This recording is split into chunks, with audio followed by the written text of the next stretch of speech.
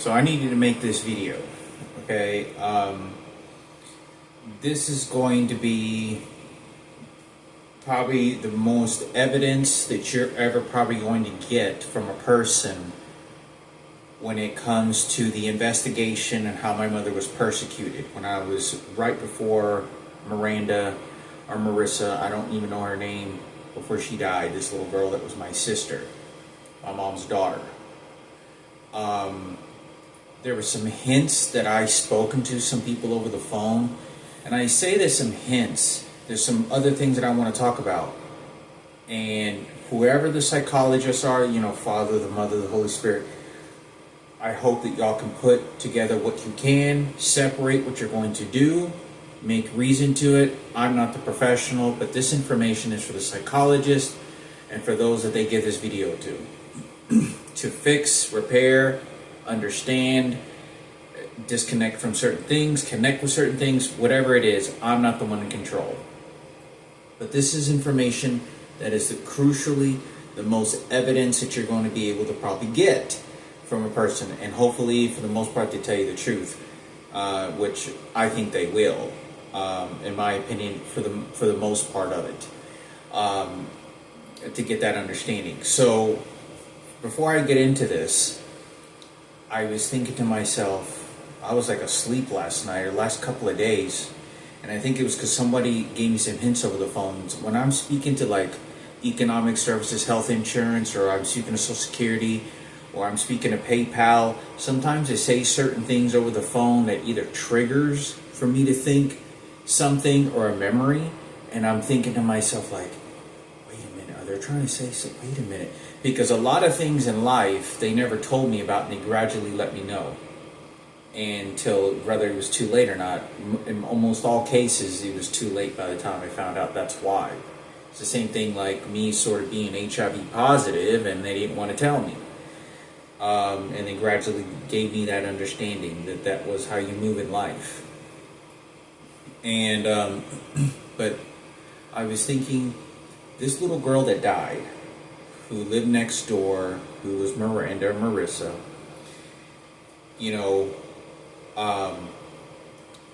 however Jesus and God, how he ever created this, the special little girl, will be determined by,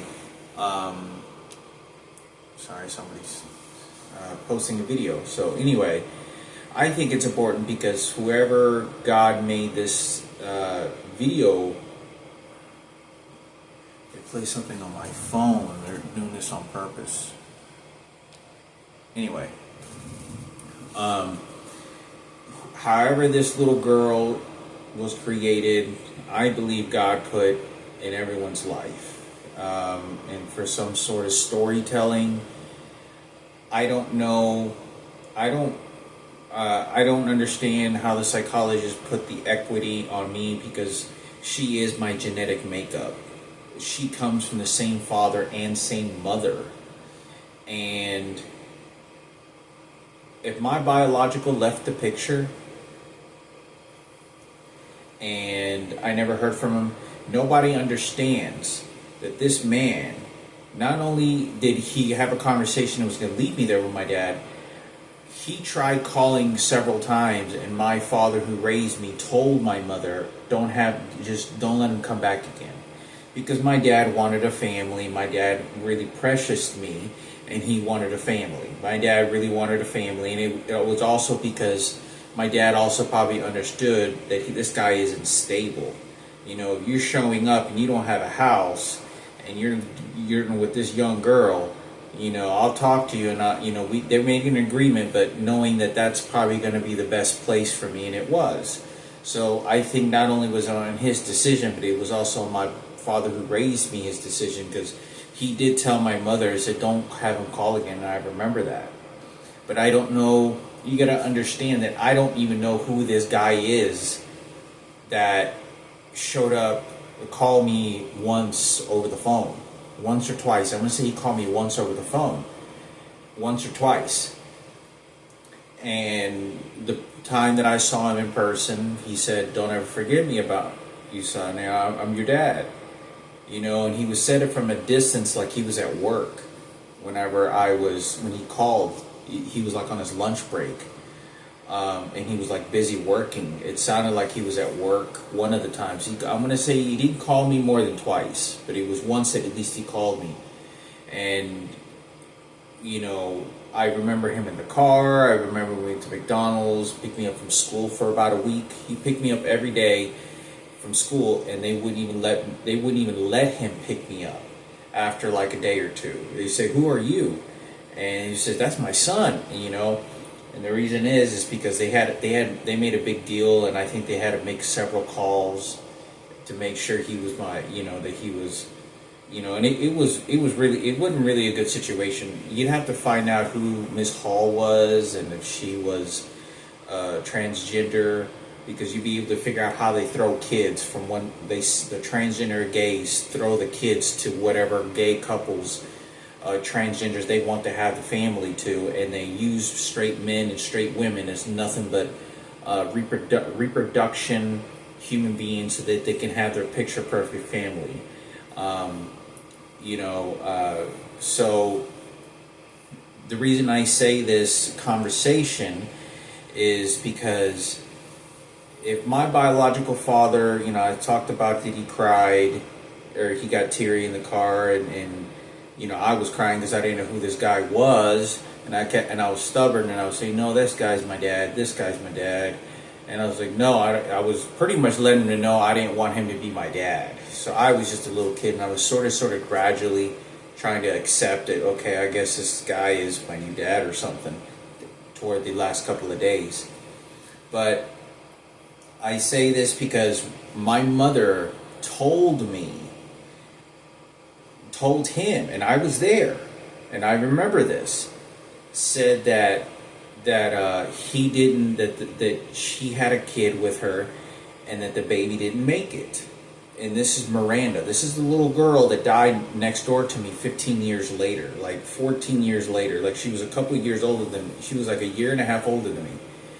And I remember my mother said this to him. She made it very clear. Talked about this very clear on a video before.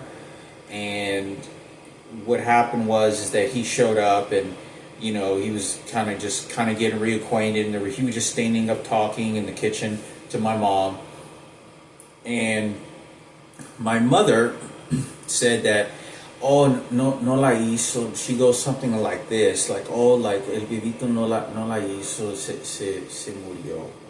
And she said that the baby died, and I remember he chuckled some tears, and he was like his child died, and saying that the baby didn't make it at birth, I guess. And I don't know what that conversation consisted of. Whether he waited to find out the baby was born, or he knew that she was pregnant and waiting to find out she had these babies at this house, and he then shows up. I don't know what that story is like. I just know that that's, she could have, maybe she was, I think that he didn't know that this little girl was even his, and that he had another kid, and then the kid died, and then he showed up. So he knew I was possibly in the picture, because my mother did tell me, si él es tuyo, meaning he's yours. And you could just tell by looking at him, he looks just like me. I say this because I think it's important, the fact that I don't know what that conversation exactly was, where, my mom got pregnant and never told him, just told him about me, and then she didn't tell him until that day that the child died. But the truth was, Miranda or Marissa, whatever her name was, she did surviving.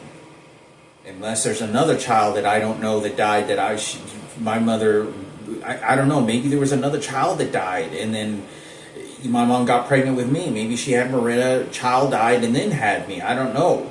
So for those investigation and those finding out, so she said the child died. So fast forward, I'm 12. I'm 12 to 13 years old. This child dies. Miranda and Marissa living next door for 5 years. I never get confirmed that this baby's my mother's. I never get confirmed. There's no Christmas present. Even when we're wrapping Christmas presents, even when we're birthdays, When we have I had like 2 or 3 birthdays in our backyard. We had probably 3 or 4 birthdays. That little girl was not a part of that, or Julian's, or Frankie's, or Thanksgiving. My mom did not take a plate over there that I could recall. I think my mother could have taken a plate over there, maybe once or twice, but I don't even remember if that was the case. Or my mother did say, "Oh, I have some food over here if you want a plate."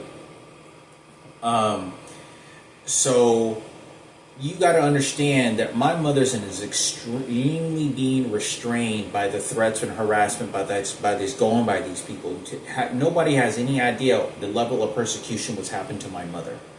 Nobody understands the horrors of really how bad it is, to why my mother had to behave like that.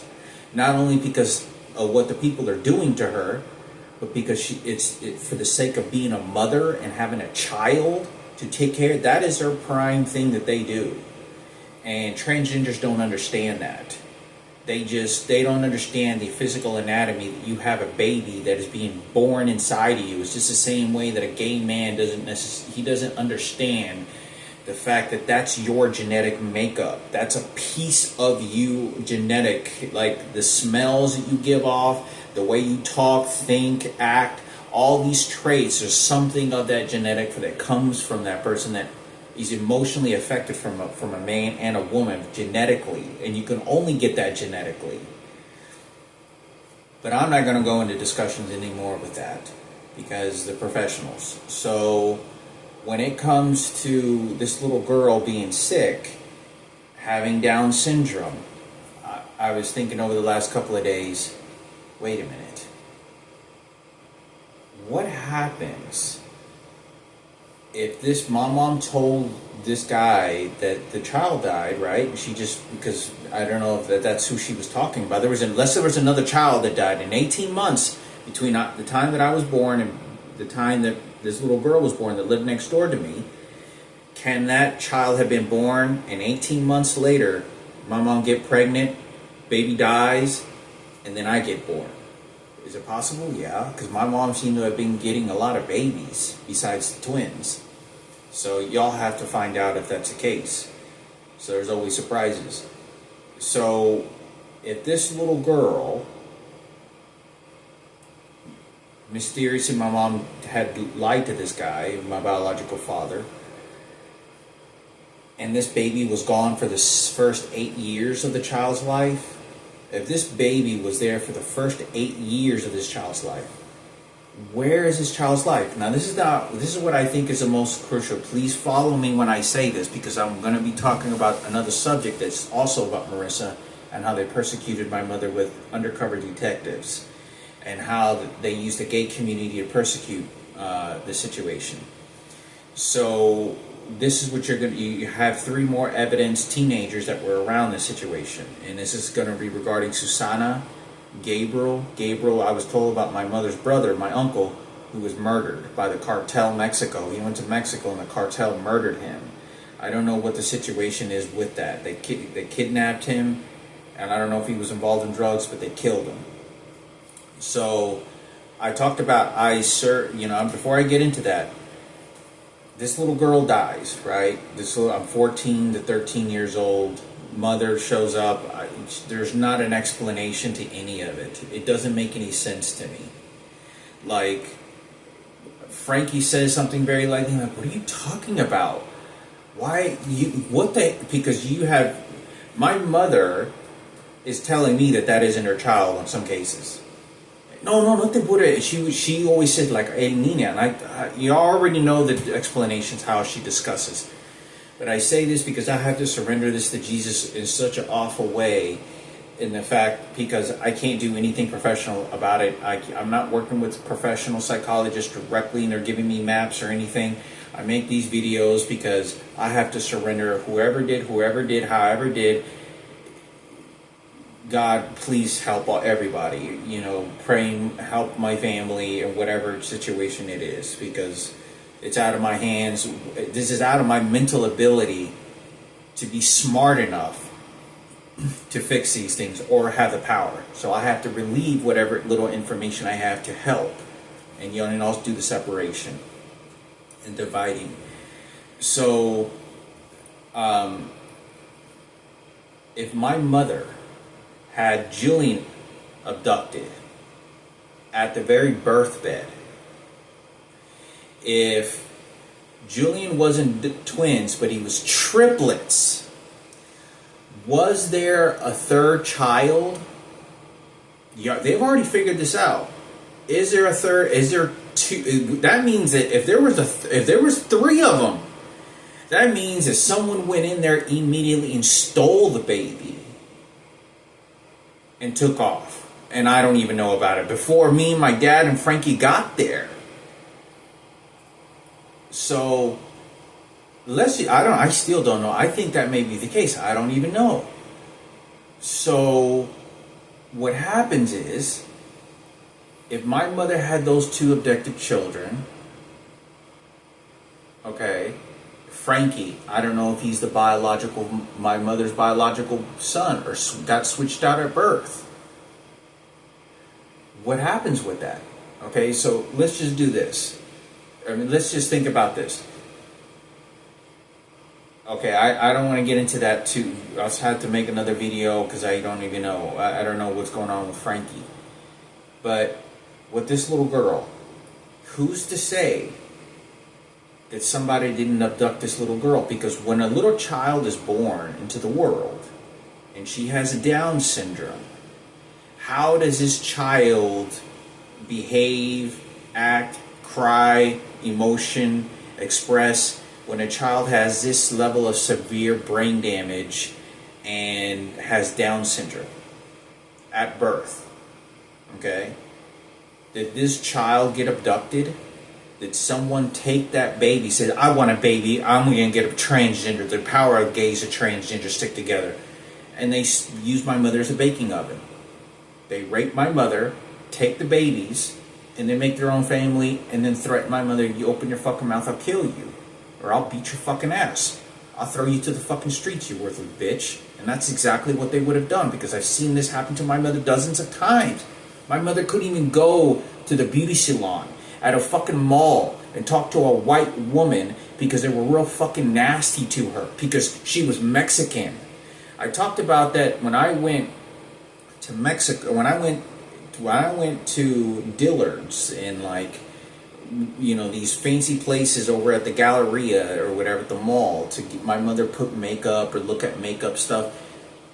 My mother always gravitated to the Mexicans when she could, if there was. But when we approached white women, they were very fucking nasty. These white blonde women, they were fucking disgusting. They're nasty. I mean, they were like, what are you doing? You think you can come over here and look pretty, you Mexican spick? Like, that's exact, like the they wouldn't say fucking foul words in some cases, I think, but they would say nasty shit. And my mother would go there every once in a while.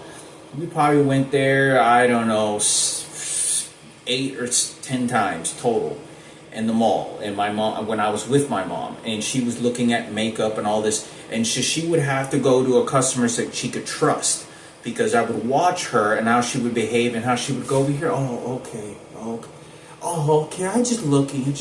And my mother would be looking at jewelry and makeup and stuff, and the white supremacist woman would show up, and she would be all like, "Oh, yeah, I don't want to cross the border over there." And they would say, my mother would like almost cry and like be going to the car and feel really emotional because they would make my mother feel really ugly. And that's a very special place for women because, they get a lot of makeup done, they get pretty makeup. And I remember this one of the best visits that we had, this Mexican woman that looked a lot like Cisco's mother. She looked like Susie Kelly's mother. She was at Dillard's. I don't know, maybe shit, who knows, man, it would be crazy if that was Susie's mother or Cisco's mother. Because they would have been about the same age. Who knows? Who knows, a coincidence when you meet people you never knew that you met so many years of someone else's parents. But anyway, this Mexican woman gave me this bottle of cologne. She gave me this bottle of cologne. And it was a little bottle sample for free. And she looked at me and goes, oh my God, and they could tell me like, oh, he's straight. Yeah, he's a special one. he's gonna be a boy. You got a boy, and it's always special for women. I understand that, mothers always, but we all women understand this. When they have a straight boy, it's like their jewels. It's like the mountain of, because they're all their favorites and stuff like that. But when you only have a straight son, and knowing all those homosexuals run everything, and there's gays everywhere, when you have a straight boy, that's the son that's going to breed off the blood and skin and hair that your mother has, that passes down to the child. And it's very special it's always been very special to my mother. Very, very special. So, in this discussion that I wanted to talk about is, I'm still trying to drift off. My mother is always scared. This behavior is, I'm looking at her. So what happens when a child has Down syndrome? Does the baby cry? Does the baby yell? Does it get sick? Does it respond? Body, hand gestures, can you tell? Who's to say that nobody stole Miranda? And when this little girl turned about 7 or 8 years old, when she would have moved into that house, because she moved into that house when she was about 8 years old, and I was about 7 to 6 years old. Because I met Ivan when I was in late 2nd grade, and by then, that was 5, 6, I was 7 or 8 years old. So this girl was either 8 or 9 years old when she moved into that house. 8 to 9 years old. I'm 7 years old, sometime halfway through the year or toward the end of the year, 2nd grade, and I failed 1st grade. So I stayed in 1st grade, Miss Hall's class, then stayed in the 1st grade again. I'm 6 years old. Then I entered 2nd grade at 7 years old. And I'm a little bit older than everybody. So I'm 7 to 8 years old. This girl's like 8 to 9 years old. Little girl's 8 to 9 years old when she shows up. She shows up. So what happens with this little girl at 7 or 8 years old that shows up? It would have taken, if there was an investigation or there was somebody to put something together, they would have put that baby there. Because I talked about that, someone gave my mother that business card of that child, and it was Michelle's mother that did that. And I think I saw her out in Bismarck at the mall. I didn't even know if it was her or not, but anyway, she shows up. But this little girl, now I don't know who put that family together. I don't know what that situation is. Y'all have already figured it out, or y'all just don't care. So who's to say that nobody took that child and didn't want that child and said, "Ew, get away from me, I don't want that child"? Because if my mother didn't want that child, would she have lied to my biological father? If my mother didn't want that child, then why did she put her over there? Because she was going to get in trouble? Oh, it's because she didn't care? No, it's because she was being abused. And nobody understands what's happening, because this guy over here raped Frankie, and he weighs 250 pounds. You want Skibel? Skibel's 260, 70 pounds of pure muscle. You want a power hit? Because I talked about this already. I'll have to make another video. He didn't want to talk to me anymore, and I remember I tried saying hello a couple of times, and he would just completely blow me off, and he didn't do that before. And if somebody was getting onto this guy, or he was pissed off because their gay fellow member raped Frankie, wanted to get away with it, and they were all feeling sad for him because, oh, my mother was getting raped by, an older man, so that's why they put my biological father in prison, and they made that up. They set it all up. So anyway, I want to say this. I think it's very important, and I think it's crucially important to everything that's going on when it comes to this. Who's to say that good little girl didn't get stolen? Right? She didn't get snatched by whether homosexuals, because a straight woman does not do that. A straight woman does not intentionally steal a baby. She can go and adopt and do all these different things, but it's like a 95% chance that a straight woman will never steal a child. Neither will a straight man. They will intentionally set up, frame, and persecute a woman to steal a baby. They won't do that. They won't. It's very unlikely. It's very unlikely. And there's a lot of homosexuals and a lot of people, a lot of money, And that's what they do. They figure out they can go get free money at the Social Security office and lie about everything. They go over here, lie about it, and they just start persecuting because money controls everything. Money will buy and purchase everything. Everything of your family, just like they did to me. They stole my family. They stole my credit. They raped me. They raped Frankie with 10 over men, and it didn't even matter anymore. And it was 10 years later. Who did they make the hero, and who's singing songs about it? Michael Jackson, 50 Cent, Mariah. Some of these people are really good, like Mariah Carey, that are very blessings, that really want to do good things. But it's a big racial war, and it's a figure out who's going to protect the gays and who's going to persecute and make the mascot of the white supremacist Ken Cooper, or who's going to make the angel, the black hair person, Sarah, or whatever it may be, or the evil devil, Hector, his child. It's just going all over the place. But I think it's important to say that what happens if somebody didn't want this little girl? Or who were the family members that took care of this? This girl was alive for 7 or 8 years, and she had to have real good take. Who's to say that she didn't get to about 5 years old, and she didn't get to about 6 years old and 7 years old, and the people that were taking care of her didn't want her anymore? They threw her away. They said, "Ew, something's wrong with this baby," because the baby, a baby starts. I've heard like a baby at the world record, like some of the smartest babies in the world, has been able to start walking at the age of like 5 or 6 months old, anywhere from 5 to 8 months old. I don't know how old a child gets before it starts learning to walk. I'm gonna say I thought it was like a year and a half or something, or a year. I don't even know. But I've heard of cases where there's children that learn how to walk at like 6 to 7 months, like learning how to walk, and those are like genius babies, I think, if I remember correctly. They're just born with unusual high IQs and very intelligent. They learn how to read like at 7 or 8 months old, a newspaper,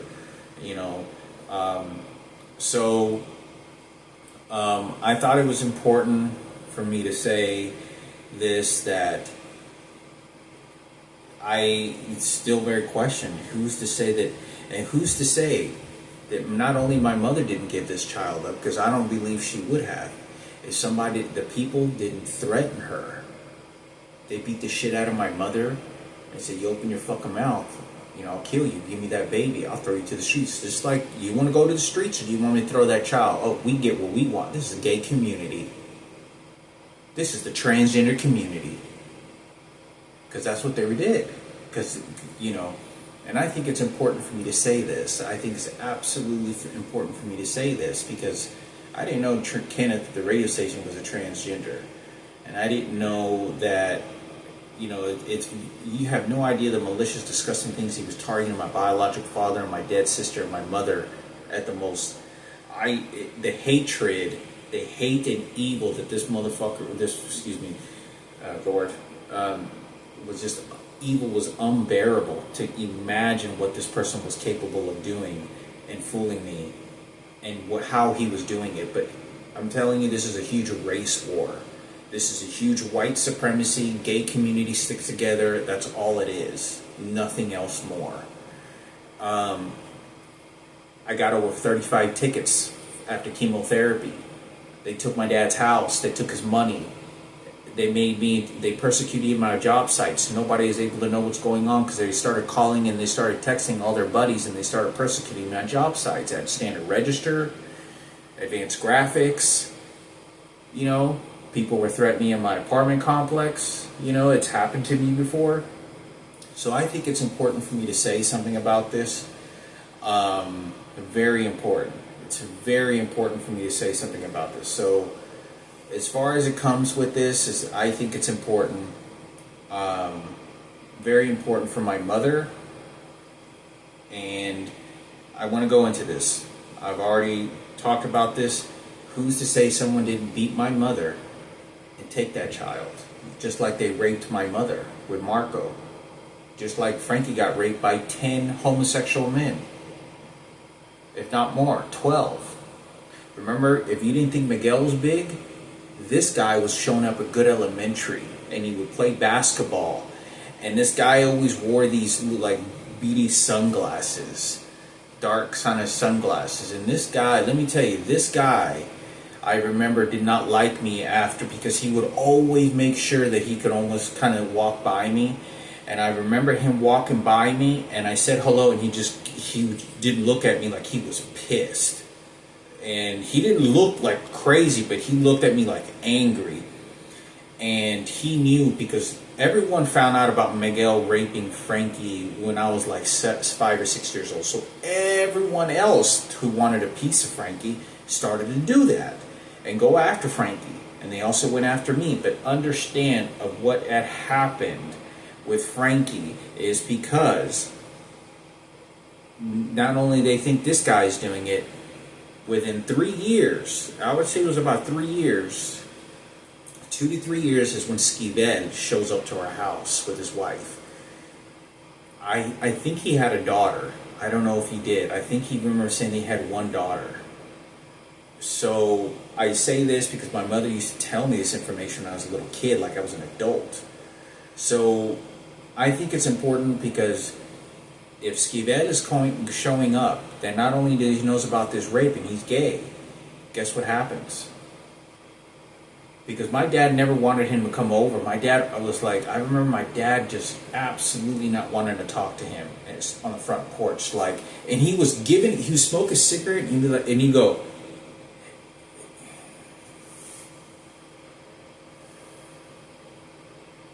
and he would be standing there just right in front of the porch, just talking to him, and talking to him, and then this, and he was like, get out of here. He wouldn't say get out of here. And I remember it was unbelievable how my dad would behave, because he would be like, just like that, and he would be smoking his cigarette, and he'd be like, looking away, like ignoring him as he was talking. Like, that's how much he didn't want anything to do with this guy.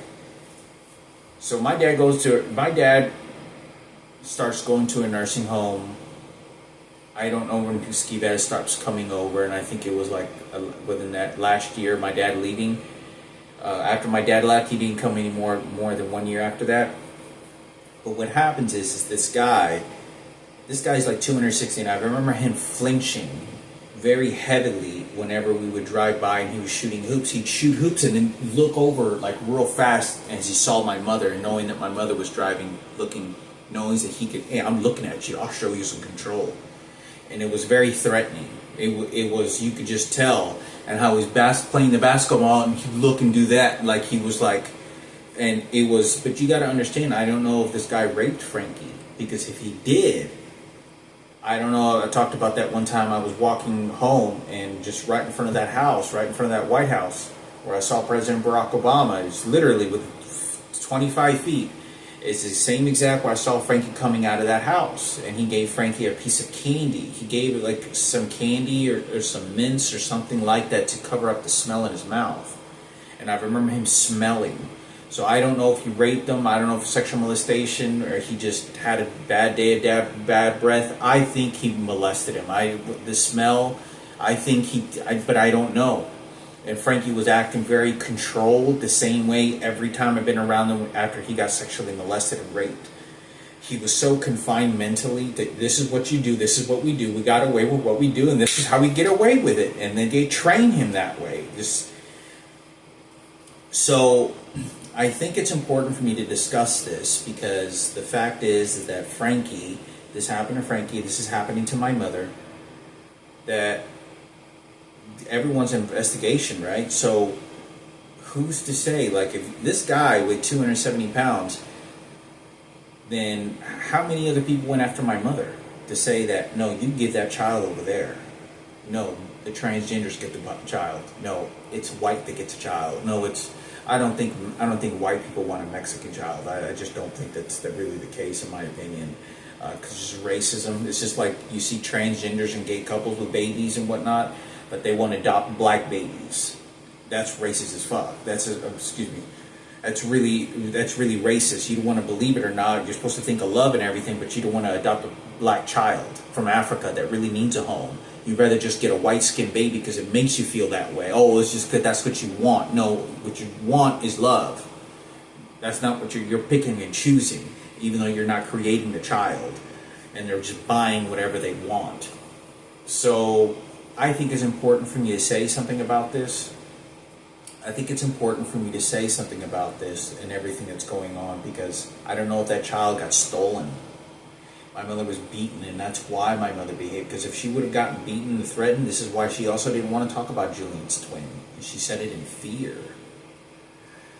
Who knows? Maybe I have an identical twin and don't even know it, because my mother was beaten half to death. So anyway, I don't even know. So going on to another discussion. Very similar discussion that I think Marissa, she's died already. Mikayla, you're going to want to know. Your name starts with an M as well. Mikayla, you're going to also want to know this information and everything I'm talking about. This video is all about you as well, so that you're going to get a grip with things if you care. So hopefully you're able to put this piece together by information I'm telling you. So in this particular discussion that I talk about, when it comes to, I'm trying to think right now, and I feel like somebody's shooting an electronic device on me, and I'm stalling my words. Yeah, they are. I just heard him hit something on the ground. So they are doing something. Okay, so when it comes to this, Mikayla, you are absolutely going to want to know this. The investigation can talk to my mother, can talk to Frankie if he's okay, and talk to my mother. Biological mother only. I don't like the fact that my mom's twin is involved, but I'm not making any decisions. I'd rather only want to talk to my biological mother, and my biological father, and Frankie and Julian. Julian, this is also for you. And the professional psychologists are talking. So I want to say this. Talk to Susana Fuentes, Gabriel Fuentes, Joey Fuentes, and Laura Fuentes.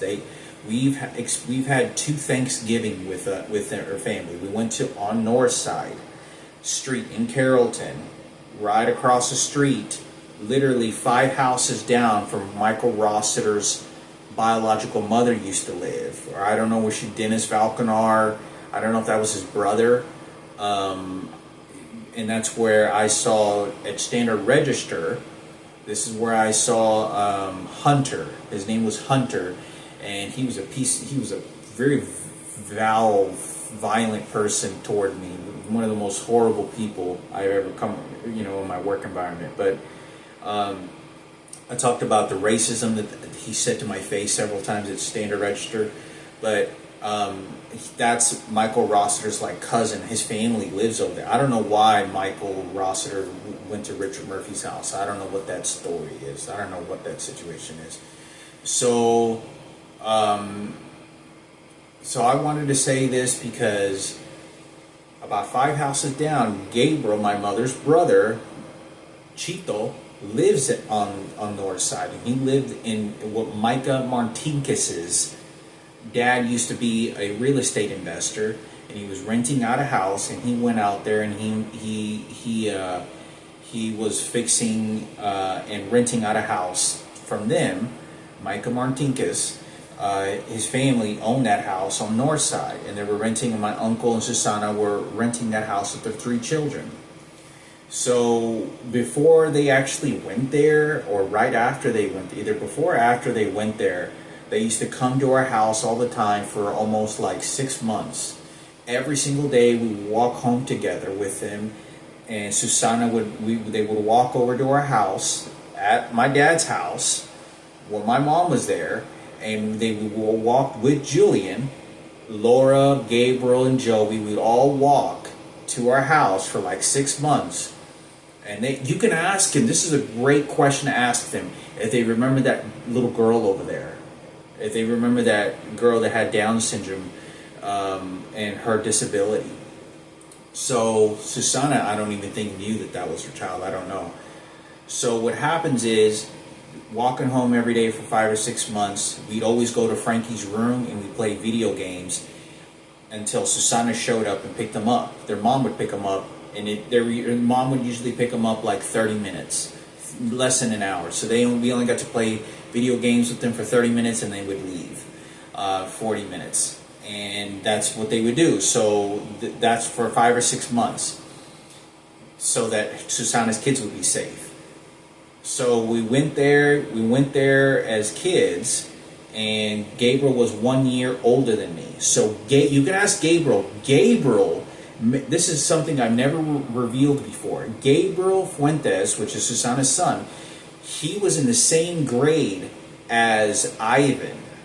So Ivan may have been friends with this guy for a little bit. This is how crazy, because Jenny Song, I knew who Ivan was. There was a couple of other kids.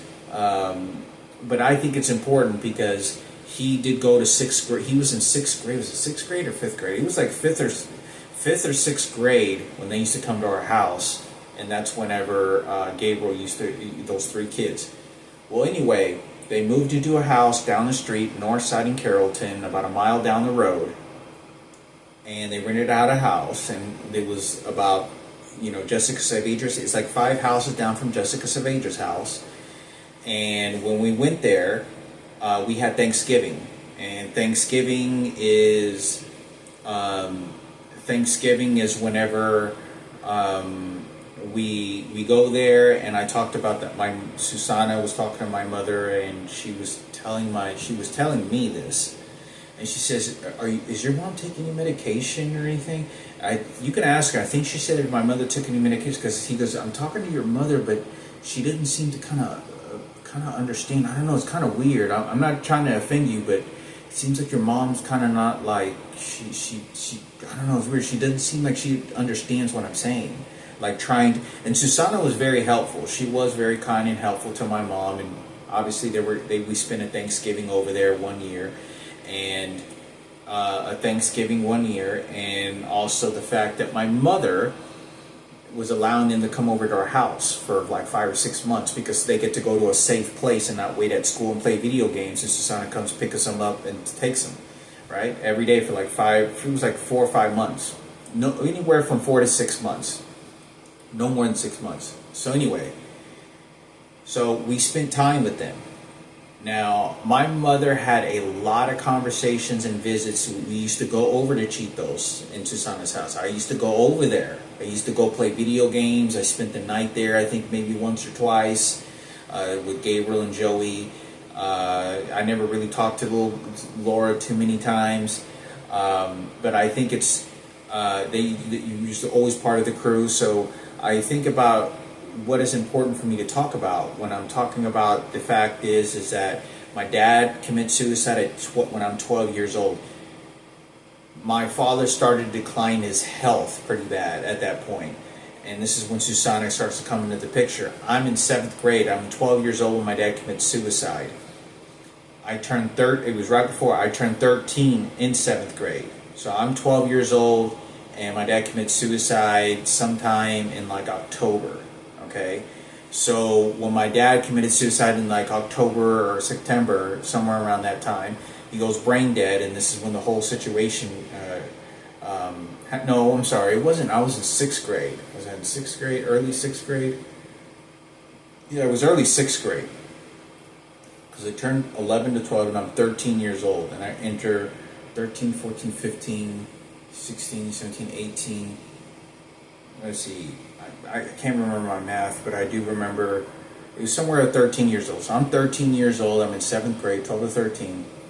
They take me to, this is what I want everyone to know, this is crucially important for my mother. This is the absolute biggest mind treasure of all information that you're going to get to prove of what I've told you was the truth. And what they did to Frankie, me, and my mother. Julian, you're going to want to know this, and my mom. I went to Miss Smink's class. She was a special psychology teacher. It was way down the hall. I talked about Julie used to be in this little girl who died, who had like a real bad disease. And I told Richard Murphy one day, who had this little girl, he said this little girl was going to die, and she was like very sick, and she didn't show up to class again. And it was only there was no more than 3 people in the entire classroom. And I talked about that my mother still doesn't know this, but they took me to the principal's office, and this lady was interrogating me. I hated this lady. This name was Miss Smink. She was some blonde, pale looking, she was some blonde, light-skinned woman, real light-skinned, dark black eyes. Look, she may have colored her hair. I don't think she was a natural blonde, but she was nasty. I mean, she was. I hated this lady. I did not like her as a kid, and she was asking me all these personal questions about my life and taking tabs and taking notes and a lot. And when I didn't want to answer them, I remember her making me cry because she said some really things real personal, and she started to threaten me with she was going to have me arrested and can throw me in prison or in jail if she wants to.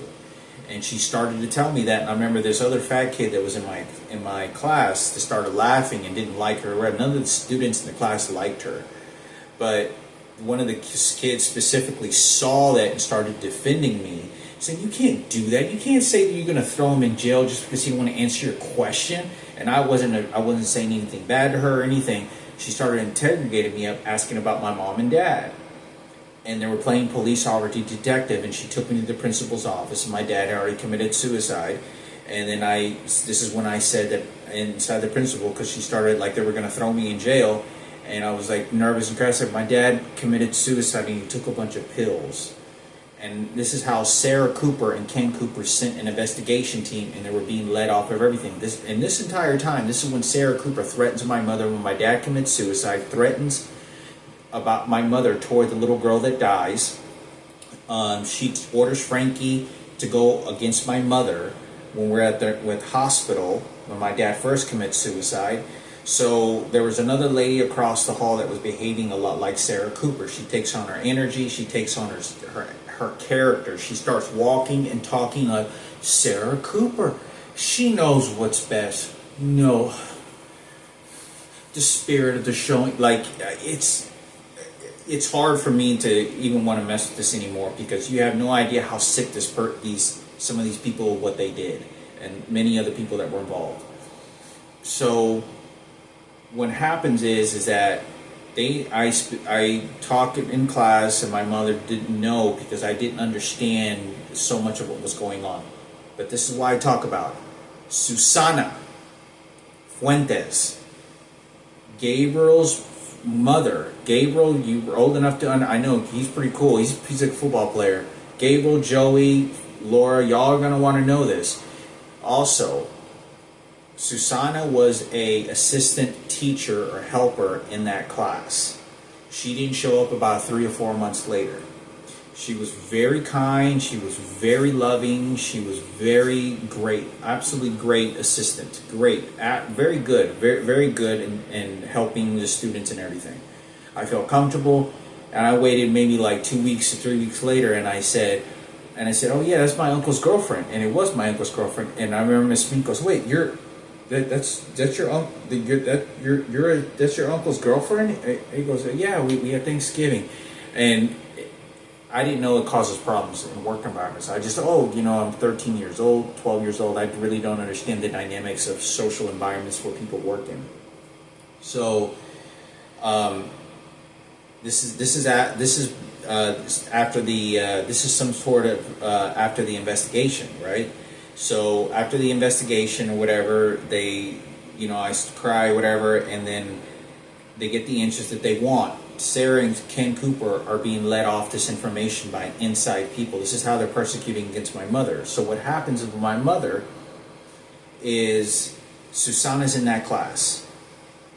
I leave the class, the year ends. I was only in that class, I want to say it was the second semester. I don't think I was in that class for the full year. I could have been, I don't remember.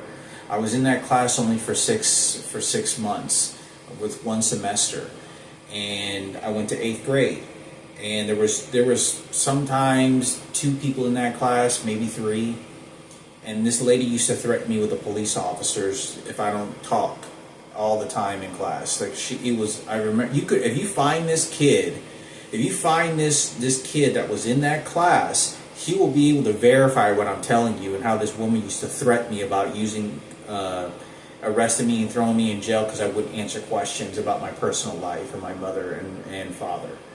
And she was asking very personal things that were very disturbing. So what happens is that they end up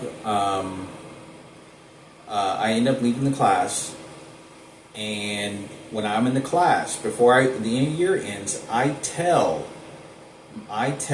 Miss Mink, the teacher, I say, yeah, I go, yeah, Susanna's husband, yeah, he had to go to rehab, and he used to smoke weed or something. I said, yeah, he used to do drugs or something like that. Yeah, I think he smoked weed he smoked weed or did something like that.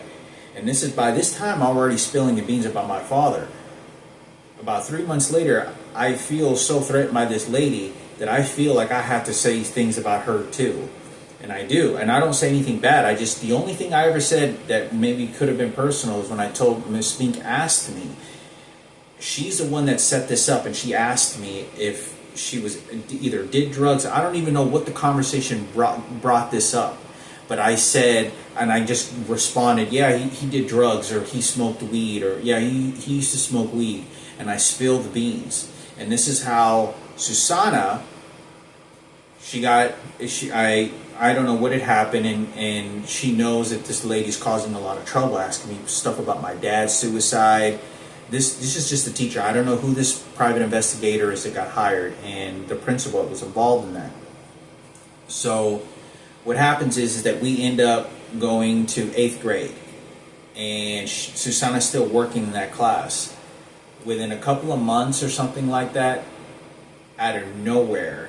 What happens is that my Uncle Chito calls me one day, and I'm in 7th grade, and he's threatening the hell out of me. He's like, motherfucker, because Susanna got in a lot of trouble, like at work, and Chito was dating Susanna at the time. And they started to threaten her, and not just my mother, but they started to threaten Susanna and gave her a hard time at work. And so my Uncle Chito thought I said something bad about the family, and I didn't. That's all I said. And he called me. He was pissed. He said, motherfucker, I'm going to get my gun and I'm going to kill you, you son of a bitch. He goes, you better be ready. And I'm 13, 12 years old, and my Uncle Chito's telling me this, right? And he tells me, and he says, I'm going to bury you, you son of a bitch. And he goes, you better be ready. And he goes, you better get your funeral ready, because I'm going to bury your fucking ass. I want to put you 6 feet under. And he said he was going to kill me. And he meant that. He meant the fucking words that were real fucking crazy. But it's the only time I've ever been talked to like that by an adult and a family member that's ever been like that. I'm really good. I talked to Chito. I had a good relationship with him after that. And he was just really pissed off, because Susanna was crying to him and something had happened, thought I did something, and it wasn't me. So Gabriel Fuentes, Laura Fuentes, Susanna Fuentes, or Susanna and Joey Fuentes, you guys want to know, because this is your mother I'm talking about. So what happens is, I end up leaving I'm in 8th grade, and out of nowhere, 6 months into the year, Susanna goes to my classroom, finds out a classroom, and knocks. And she said, "Oh hey," and she talks to the teacher and said, "Can I borrow Hector just for a moment, just for about 10 minutes? I think you can borrow him for a moment." So she comes and she goes, "Come here, with me, Hector. I want to come and talk to you." And we go into an empty classroom. I think it was a cooking class, I don't know, with DeWitt Perry. And Gabriel went to DeWitt Perry. Joey Fuentes went to DeWitt Perry.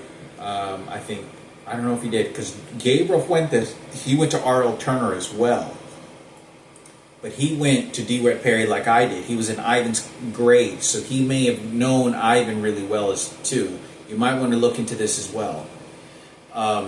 What happens is that I go to talk to Susanna. I'm in 8th grade, and 6 months into 8th grade or second semester, and she says, "Hector, what did you tell Miss Mink? What did you say? Saying he was a drug addict and he was doing drugs?" And I go, I don't know, but that's what she asked me. That's what she asked. I said, all I said was like he smoked weed. He smoked weed. He did drugs for a little bit, or something. And she was crying. And we spoke to maybe like, I don't know, we probably spoke in person 5 minutes, I would say. And I was very nervous. I felt like I was talking to the principal's office. Now, she says, she goes, "Hector, they just fired me from my job." He goes, you don't know how hard it is to look for a job. And they just fired me. They just fired me from a job because of what you said. Bingo. This is the biggest treasure of all information to confirm how they were persecuting against my mother, Susanna, and anyone that helped my mother.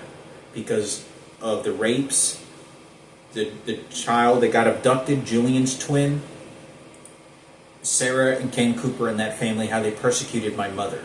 They did this at the hospital. They did this at the nursing home.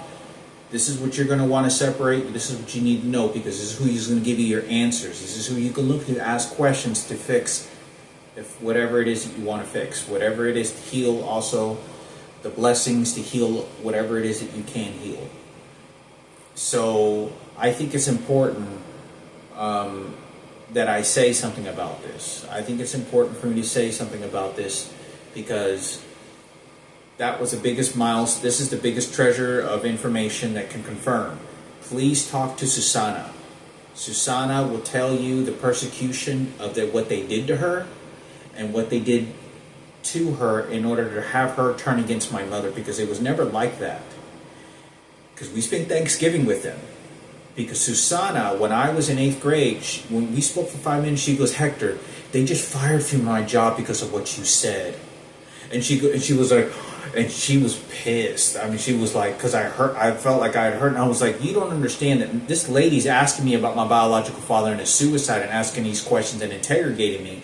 That's why they're asking me, because they think that someone else could come in that has brains that could help my mother. Bingo. No, you're not. It's about Ken and Sarah Cooper and the Cooper family and the white supremacy that's going to clean up for Michael Jackson. Because they know about Michael Jackson. They know about Frankie being raped in the gay community. And they don't want anybody to know about the secrets of who's gay and who's not. Don't say nothing. You know. So I think it's important for me to say this because Susanna was crying. And I just, okay, because yeah, I can go to class now. And she wasn't crying the entire time. She just looked at me and said, Hector. First she was like, Hector, what did you say? What did you tell Miss Smink? And did you tell her that me and Gabriel were doing drugs? I said, no. I said that he smoked weed and he did drugs before or something, because this lady was already asking me. Susanna doesn't know that she was asking me about my biological father's suicide and his money in his house, because somebody had hired that person and is releasing that information. So I think it's important for my mother and Frankie and Julian to know. And why? Because you're going to get this most solid evidence that I'm telling you about now, how this suicide of my father and how all his money disappeared and all his house. This is $175,000, $50,000 in cash, $125,000 real estate value. This is how this tug of war, who's going to steal what, who's going to take what, and how they get this information over to Sarah and Ken. This is 30 years, this is 27 years ago. So I understand that, but Susanna, I saw recent pictures of her. Hopefully she can tell you about what's going on. Gabriel, Laura, and Joey, you guys are going to want to know this information as well to find out, because I'm doing this for you guys too. So I think it's important. So what happens is that Gabriel and all those other kids. Gabriel was more my age. He was one grade above me, and we got along great. We used to play video games. He used to play video games nonstop. A lot of football games. He was a really good football player too. He played football in several different seasons, and he was a big Mexican football player. Like he could play football really well. So anyway, I thought it was important for me to say something about this because, nobody knows about that information. Ask Susanna. If she's perfectly healthy and fine, she'll be able to tell you, because Susanna is the one. Before she ended up going into that classroom when I was in 6th grade, my dad had just committed suicide. Remember, I was in 7th grade, second semester, that after a couple of months being in class, that Susanna shows up as an assistant. So I think it's important, because what happens is that And when I was in 6th grade, when my dad committed suicide at the beginning of the 6th grade, Susanna is the one that went to us to the attorney's office to find out how to take my dad's house and money and put it in my mom's name and bank account. And Susanna was the one that told me. Susanna said that she didn't want to be a part of it. She said that she didn't. She showed up to a lawyer's office once or twice, and she says, I don't want to feel comfortable doing this."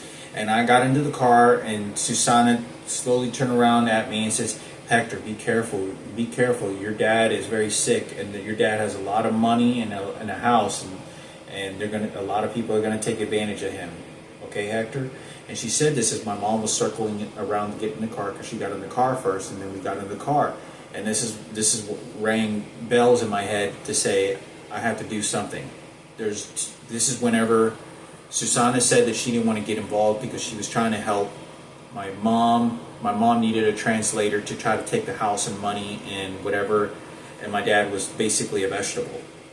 She didn't want to get involved necessarily into this. She goes, "I don't feel this is too serious for me." So she didn't get involved. She showed up to 1 or 2 lawyers. So this is whenever Lupe shows up, who's a transgender. This is Patricia's friend, the one that raped me, Patricia Gadina, who had the sex change, who infected me with HIV. That's Lupe's friend, my mom's sister. So Lupe is the one that showed up, and she was one of the most ruthless people when it came to stealing my dad's money. I mean, she was just like, throw him in a nursing home, piece of shit. Like, it was bad. And helping my mother with lawyer work, would not tell me information. And then had Kathy, who was her manager, take over the house and sell it for my mother. So I talked about this story so many times. So I think it's important. Please, of all evidence that I've ever said, please ask Susanna. She is the gold mine of everything that's going to be able to confirm and tell you why, how they threatened me, how they went after my mother, after they went after the house, if there was TVs and celebrities that showed up that did anything for my mother that I don't know about. All these things that are happening, she's the gold mine. She can provide that everything I told you about what Sarah and Ken Cooper knowing and how they threatened my mother and how they started sending people toward me and her for helping my mother. She's the gold mine. She's the gold mountain of everything that's going on with this evidence that I talk about. She was very professional. She was very kind. She said she didn't want to get involved, and she didn't. She went to 1 or 2 lawyer visits. She said, I don't want to get involved. And she says she doesn't feel comfortable because it was really bad. He was basically trying to get Susanna to do all the real bad shit to my father for my mother for very little exchange, and she's exposing my father. Like, your father's educated, and what are you going to do with all these kids? I understand but my mom's, my mom, because she's just thinking about the house for the kids, and that's it. She's going to lose everything. My mom doesn't have any education. So this is whenever we went to a couple of lawyers, and they talked to my mother real stupid. They played my mother like a dumbass. Like, they played my mother.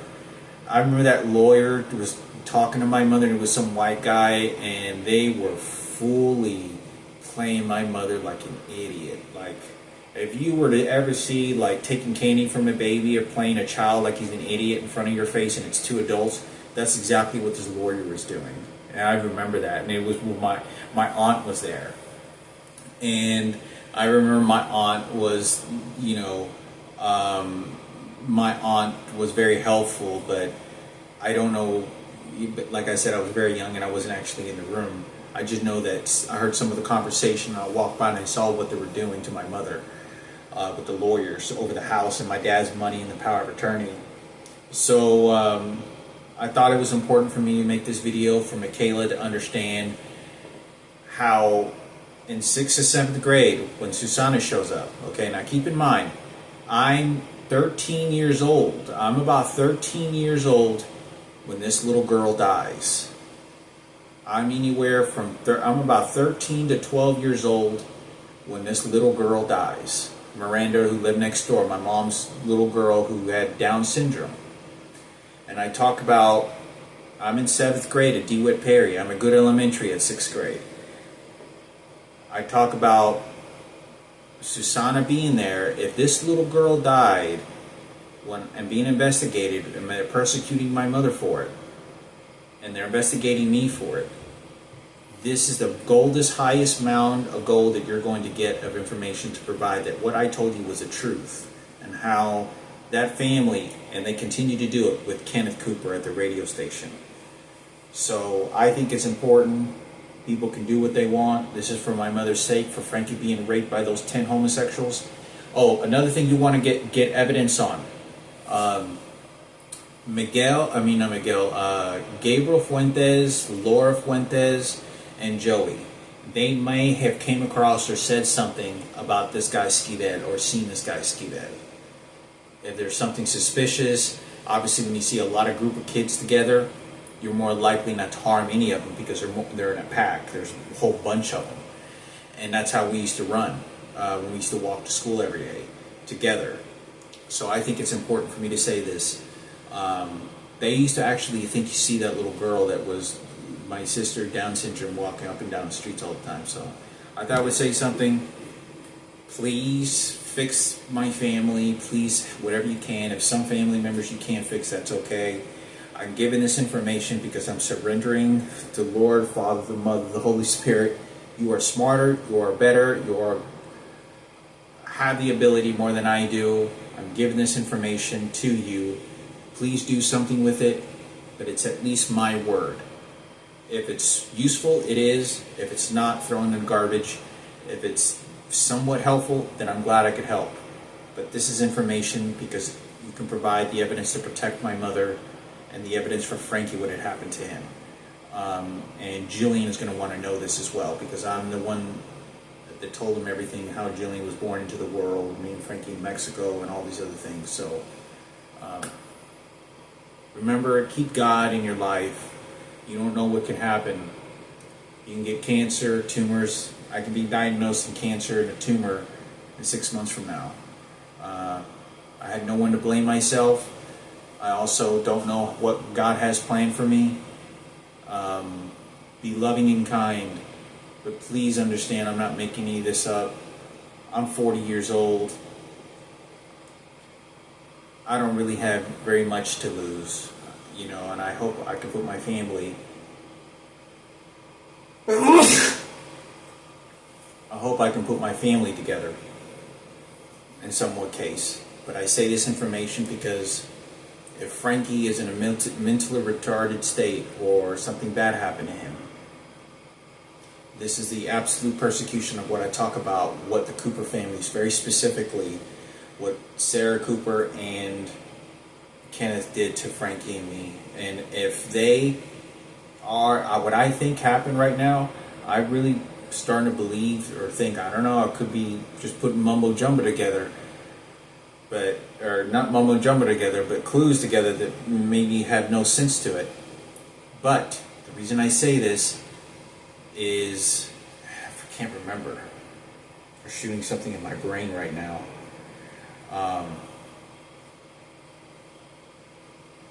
I can't remember. They just shot something in my brain where I can't even think. Yeah, I guess that's it, I don't remember. So, if Frankie can't remember, okay, I was talking about Frankie. If Frankie, if something bad happened to Frankie, this is to add the value of his life, that what had happened, the persecution, who they gave the money to, who they gave fame to, because every celebrity on the planet's against me. There's only about a 10% of all the top celebrities in the U.S. and the best in the world that have anything good to say or even have hope of anything that's good for my life. Maybe 10%, like a Mariah Carey, maybe Katy Perry, 50 Cent, but that's about it. I don't even know anyone else, any top celebrities, because everyone is, some of them have such influence musically greater than the actors. And they make so much movement, and we all know the blacks and the whites own all the music. There's no room for Mexican in that entertainment when it comes to music that have that type of influence across the world and in the U.S. They're the owners of that. They own all that. So I think it's important,